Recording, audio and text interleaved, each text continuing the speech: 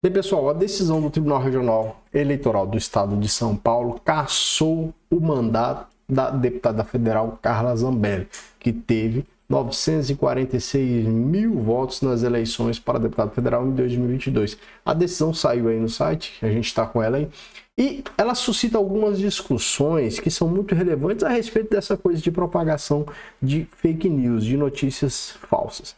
E eu quero trazer para vocês aqui uma argumentação a respeito desse assunto de maneira assim bastante clara, objetiva e sem entrar nesse aspecto de discussão de espectro político, mas na verdade tratar com você a respeito do que se pode e do que não se pode informar, ainda que seja inverídico, e como isso pode ser percebido. Porque veja só, será que mentir durante as eleições ou durante o período eleitoral já pode ensejar também a cassação de um parlamentar ou de qualquer um que seja eleito? Porque veja só, é natural que durante as eleições a gente vê, por exemplo, a mentira sendo propagada, por exemplo aqui, né? O presidente da República atual que prometeu claramente durante o período de campanha eleitoral que as pessoas iriam voltar a comer a picanha e tomar uma cerveja. Foi isso que foi dito por várias vezes e depois o presidente acabou dizendo que isso era uma metáfora, na verdade. E por isso que eu quero trazer isso à discussão. O que pode e o que não pode dentro desse cenário de informação. O que pode ser informado, o que não pode. O que informado, sendo inverídico, pode ensejar consequências como essa da deputada federal Carla Zambelli, e o que não teria maior problema. Porque, por exemplo, o caso durante as eleições para prefeito em 2024 no estado de São Paulo, lá no município de São Paulo, o candidato Pablo Marçal fez uma publicação que era visivelmente falsa, e ele tinha o conhecimento disso, com toda certeza, e fez uma publicação que estava inserida dentro de uma conotação de campanha eleitoral. Pode ou não pode? Isso vai ensejar também para a época candidato Pablo Marçal algum tipo de consequência? A questão da deputada federal Carla Zambelli, conforme a gente vê aqui no site do TRE, diz o seguinte: segundo o voto do vencedor, proferido pelo desembargador Encinas Manfred, relator do processo, a parlamentar fez publicações para provocar o descrédito no sistema eleitoral e a disseminação de fatos inverídicos. O magistrado citou algumas publicações feitas nas redes da parlamentar em 2022 com ataques a ministros do Supremo Tribunal Federal e ao sistema eleitoral brasileiro. Exemplo da falsa notícia de manipulação das urnas eletrônicas em Itapeva, no interior do estado, durante a cerimônia de carga e lacração do pleito de 2022. Aqui, conforme o voto do desembargador lá do TRE, está se falando o quê? Propagação de informações inverídicas que tem uma conotação direta para atingir o sistema eleitoral como um todo. Por exemplo, então dizer, bom, as urnas são fraudadas, o fulano de tal que venceu, as urnas foram arbitradas para que fulano vencesse, o voto não era computado. Ou seja, são informações que atacam diretamente o sistema eleitoral. Então, com base nessa notícia e com base também naquela decisão que foi proferida contra o ex-presidente Jair Bolsonaro pelo TSE, que cassou, na verdade não cassou porque ele não foi reeleito, mas que o tornou inelegível por 8 anos a partir de uma decisão do TSE, isso evidencia que o Tribunal Eleitoral hoje no Brasil não admite manifestações públicas que atentem contra o sistema da justiça eleitoral. Isso é visível a partir, não estou dizendo se isso é certo ou se é errado, eu estou dizendo que o Tribunal Eleitoral se manifesta dessa forma. E ele reafirma isso aqui agora, por exemplo, a partir dessa decisão proferida pelo TRE que caça o diploma da deputada federal Carla Zambelli.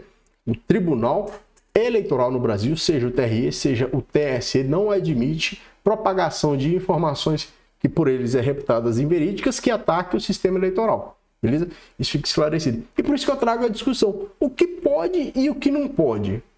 Pode a propagação de falsas promessas que não serão cumpridas durante o período da campanha eleitoral? Pode ou não pode? Um candidato a presidente, a governador, a prefeito, a vereador, a deputado, pode fazer afirmações que ele não vai cumprir? Isso seria também uma propagação de notícia falsa? Veja como esse assunto é relevante, porque ele se dá dentro de um contexto de uma livre manifestação do pensamento, né? Então você pode manifestar o seu pensamento da seguinte forma: olha, eu, quando eleito, farei tal coisa. Ou você pode manifestar o seu pensamento da seguinte: eu não acredito no sistema eleitoral, as urnas são fraudadas. Ou seja, ambas estão no contexto da manifestação do pensamento. Quais dessas manifestações, que ambas são inverídicas, então, numa conotação, se eu digo que não, eu prometo que o dólar vai ser baixado a R$1 se eu for eleito, isso não vai acontecer. É uma mentira, né? É uma mentira, é uma falsa afirmação.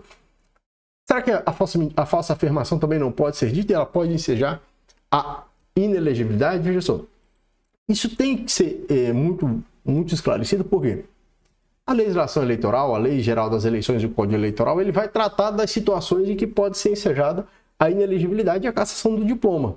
Mas lá não se está inserida a mentira, né? Então, não é simplesmente a mentira que pode ensejar a inelegibilidade e a cassação do diploma. Não é a mentira, mas é a mentira em determinadas circunstâncias.